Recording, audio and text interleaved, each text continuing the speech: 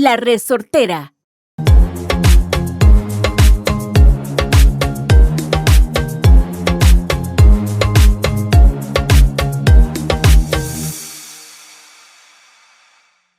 Okay. One more week of Pura Vida Perspectives. How's everybody doing? Sarah, how you doing? I'm doing great. Glad to be here again as always.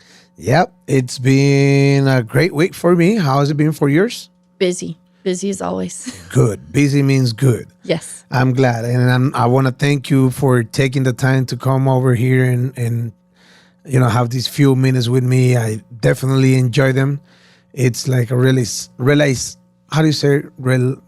Relajación. Oh, relaxing. Like a relaxing time. Yeah. Yeah. Yep. It's relaxing. It's fun.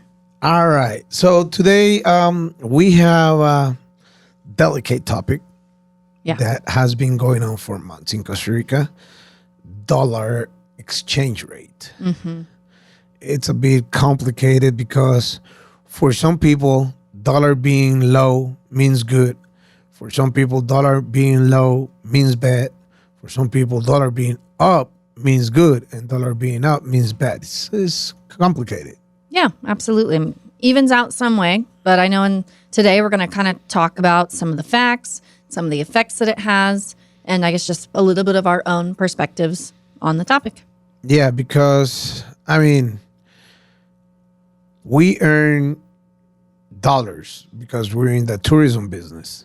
But most of your expenses are in colones, right? Yeah. You pay electricity in colones, you pay water in colones, your internet is in colones, your phone is in colones. Groceries, all of it. School, for my daughter, everything colones. Yeah, all my expenses here in colones. So again, it's a bit complicated because now that the dollar being so low, you're making less money. That's correct. Than what you were making 2 years ago, a year and a half ago. Mm-hmm. But for some people that earn colones and have their expenses in colones might not even represent a bit of a change because cost of life in Costa Rica is the same as it was 2 years ago or even more expensive. Mm-hmm. Yeah.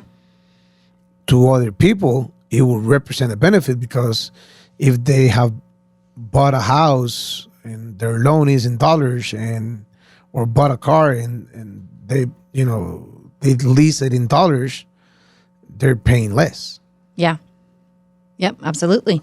So I know for some people, it's definitely been a good thing. Other people, I see on the message boards, what happened with the dollar? What's going on with the dollar? So we did pull up some numbers. We'll go over my, not hypothesis, but I guess just to show some people a picture of what's happened. Okay. So I moved here in September of 2015. Okay. So the dollar around that time. Actually, I want to explain a little calculator trick of what I do, too, because this is going to help anyone who's traveling here in Costa Rica and anyone who lives. I know the exchange rates can be very confusing. So whether you have internet on your phone or you don't, this is what I would do to calculate the quick exchange rate. Well, first of all, you have to know the exchange rate of the day. For example, today it's 502. 502 colones equals $1 US. If you're Canadian, you have to figure out that other number. So in September 2015, it was 532 colones equaled $1. Okay. So if you had, $100, that equaled, 53,200 colones. Right. And then in July of 2022, that's around the time where the dollar raised. Went up to the roof. It went through the roof. So in July of 2022, the dollar was 688 colones equaled $1. So that means $100 was 68,000 colones, 68,800 colones. Right. Now, today we're at 502. So, sorry, I'm just getting repetitive. Sorry, today we're at 502. I was trying to explain this the best. So $100 is, again, like 50,200 colones. That's what $100 would equal. So from July of 2022 to today, it's kind of like your dollar's worth like $37 less. Let's say if you're thinking about $100. In July of 2022, you technically had about $37 more than you had today with just that $100. Does that make sense? Yeah. I mean, again, like I said, it's a sensitive topic, but it's a lot of money. It is. At the end of the day, for just $1. It is. And I guess what I saw happen was, whenever I moved, the cost of the items was lower. So, even though the dollar was the 5.32, the cost of items was definitely lower. With the dollar raising over the years, again, I'm not a finance expert by any means. Yeah. This is just what I'm seeing. Yeah. Over the years, inflation, costs go up everywhere over the world. The cost of the dollar value went up. The cost of items in colones in Costa Rica started to go up as well. But now that the dollar has dropped, the cost of items in Costa Rica has not dropped. No, it's pretty much the same. Or it depends on where you're going, even more expensive. Exactly. So that's where I think maybe that's where it gets tighter for some people. Us being in the, okay, for me, again, it's complicated. And like I said, it's sensitive. Because most of my family earn their money in colones. Mm-hmm. So for them, it's great that the dollar is low. For me, that I earn my money in dollars, it's complicated because I'm getting more money, even though I'm working harder to get more dollars, I'm making less colones. Mm-hmm. The tourism area has suffered a big impact on the dollar being down for such a long time because this price has been down for a while now, months and months. I just got off out of the internet that the company Dole, for bananas and pineapples, yep. They fired 412 people less than a month ago in 7 different farms across Costa Rica. And that's because they're losing money on the dollar. Mm-hmm.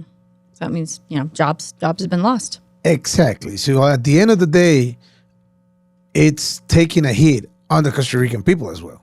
And these Costa Rican people were making colones. Mm-hmm.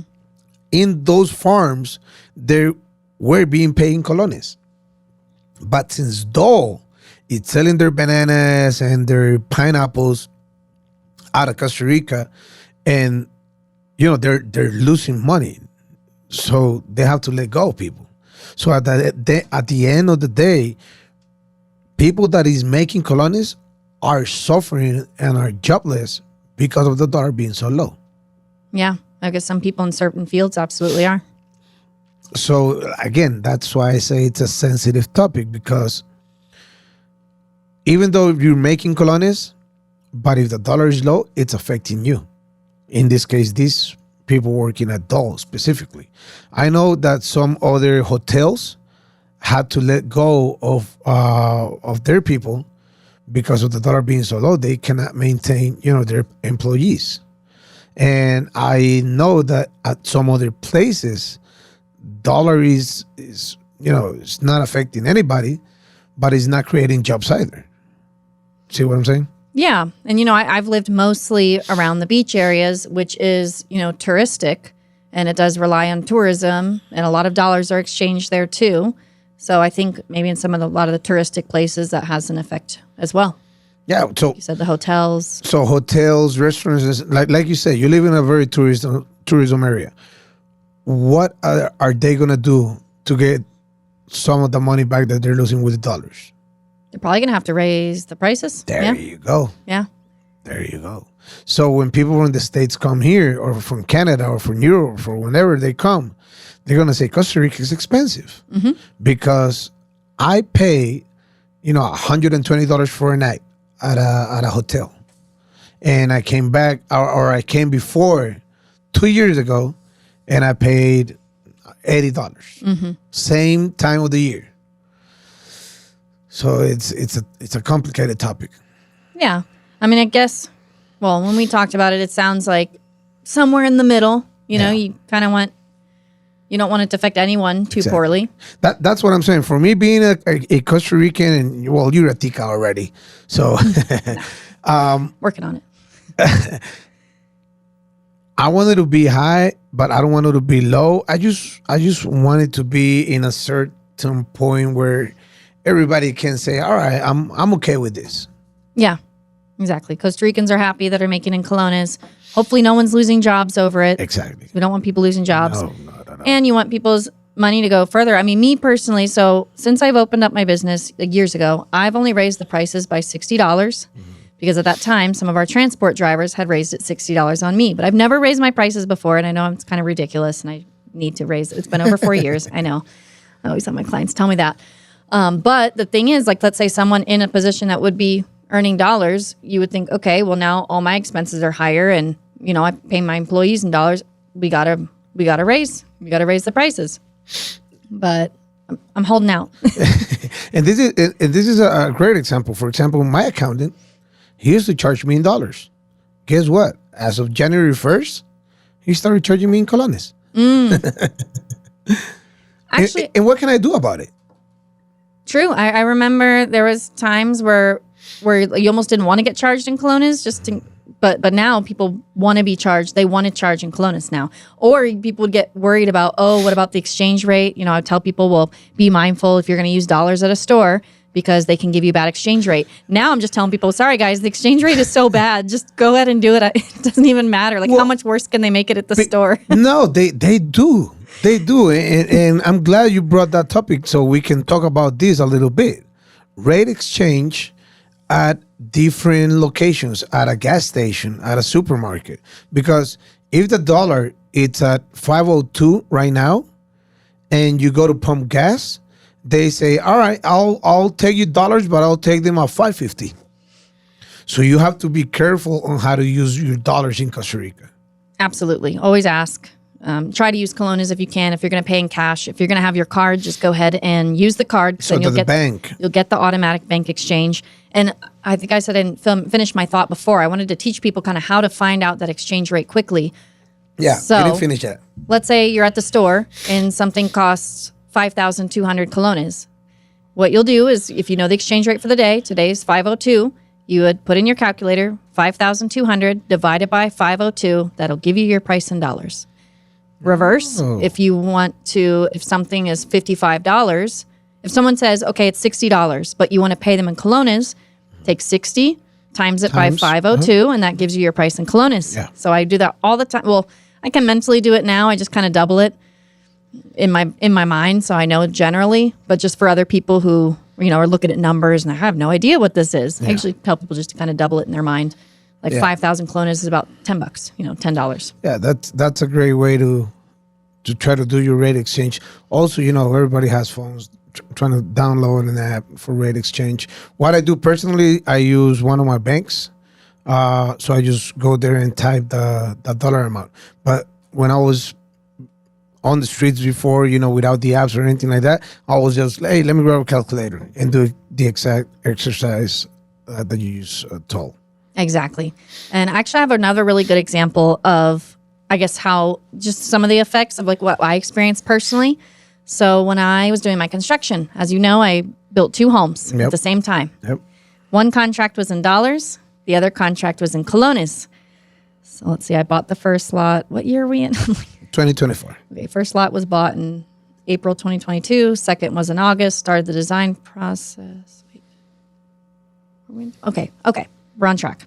So probably when we started the design process for the construction, it was when the dollar was pretty high. Okay. Because, the dollar was at its high in July of 2022. Actually, that happened to me. Yes. Yeah, keep going. I was just thinking out loud. So we were doing the design process after July. I'd bought the second lot in August. We were doing design from about September to November. We kind of solidified the construction contract and everything during that time while the dollar was high. Mm-hmm. Like I said, one contract was in dollars, one contract was in colones. Okay. This was a mistake, which I learned. But it ended up evening out. Yeah, it balanced out. But so the contract. So during the construction, started, February, March of 2023, ended the end of September, October of 2023. We're in 2024 now. The dollar dropped all during that time. So for the contract that was in dollars, the contractor had to honor that. They lost money on that contract when you think about it. Yeah. Because they agreed to a specific amount in dollars that house was going to be built for. Now for the contract in colones, we had agreed to pay a certain amount in colones for the house. So then we ended up losing on the colones side. Yeah. So it ended up evening out because there was 2 homes. It worked itself out, but that was 20. So just put in perspective, that added on $20,000 onto the house that was in Colones. I'm getting a headache. Right? Just of hearing this. So that literally added on. So when you think of, the number, okay, going from 688 to 550 or 540, 530, whenever you add it with really large numbers, like maybe with that company, that's exporting, or companies that are exporting goods, that becomes a big number. That, even just with that one home construction, that added on $20,000. Yeah, like in my case, I started building my house in November 2022 when the dollar was high. Mm-hmm. And I didn't finish my house, I said on this podcast, until last month, less than a month and a half ago.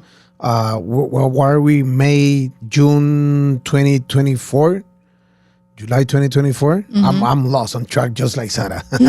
So it took me a year and 6 months to build my house because of the dollar. Yeah. Going up when it started to down. And it's not anybody's fault. I mean, it is what it is because I earned dollars. But again, it's complicated because for some people, like if you have a loan, like I said at the beginning, and you pay dollars, you have to pay less colones to your bank than what you paid before. Mm-hmm. That's a good thing. And that has helped a lot of people. Yes. So at the end of the day, maybe one day we'll get an expert, to talk more on this matter.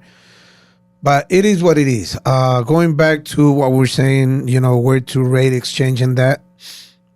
I don't know about what you tell your customers. What I tell mine is to withdraw money from the ATM instead of going into the bank, or into a place, these house rate exchange places at the airport. Never. Yeah, never exchange your money at the airport. No. Either go to the bank, or what I do is, even when I travel, is I just withdraw money if I need it from the ATM, so that the ATM can do that conversion. Exactly. Yeah. And I don't lose money on that. Don't go to the bank unless you want to waste half your day there. First of all, yep. We got to bring your passport, got to wait in line. And that's a common question that I get. Oh, well, where do I need to go to exchange my money? I'm like, just come with a little bit. If you need more, go to an ATM. There's ATMs many places in Costa Rica. Most places do take card here. Yeah. I know in other countries that's not always the case. When I was in Colombia a few months back, I had to use cash for a lot of things. Mm-hmm. But here, I guess any official business in Costa Rica has to be able to accept card. Yeah. What I tell people is the following. I say, all right, get off your plane, go to an ATM, withdraw 50,000 colones, that is around $100, put it on your left pocket, and whenever you have to buy food, groceries, eating at a restaurant, pumping gas, whatever, either pay with your phone, or tell them, hey, can you bring the machine? Never give your card, leave it out of sight. Always keep it in your hand and just boom, pay as much as you can with your debit card or credit card, so that your bank can make the exchange rate. Exactly. Because if you say you want to pay in dollars, they will, make you pay in a much higher exchange rate. Or if they hear you're not from Costa Rica or have an accent or don't understand what you're saying, you're probably buying a fruit for 1,000 colones and they'll sell it to you for 5,000, 6,000. Mm-hmm. Exactly. Yeah. And you don't know how much you're paying. They will give you the option. Sometimes they'll say, do you want us to charge you in dollars or colones? And I always say colones, charge me in colones. Yeah, exactly. Yep. All right. So again, it was a complicated topic to talk about because, it's good for some people, bad for some people, but it's good that we provide our perspective. Yeah, this is just our perspective with our little bit of facts we were able to dig up. Don't judge us. We're not economists. We are not experts on this. We're just at least showing you maybe some personal situations on how this has affected us, how it's affected the country, but also some good ways that it has affected people. So, we got to again, like you said, for some people, this is a really good thing. Yeah. For other people, this is not such a great thing. And that's just the way that life is sometimes. At the end of the day, you just got to take it with a Pura Vida attitude. And it is what it is. I mean, I'm not a political guy or that can make changes to make it higher or lower. It's just what it is. I live in this beautiful country and I just got to deal with it. Exactly. So hopefully this helps give you a little bit of perspective on it and just for you to be aware. That's all we're trying to do is just for people to be aware of some different topics. And all right. Thank you for joining us one more time. It was fun. Thank you, Sarah, for coming out with me and have this chit chat. Yeah, it was great. Thank you. Have a great day, everybody. I'll see you next time. All right. Bye-bye.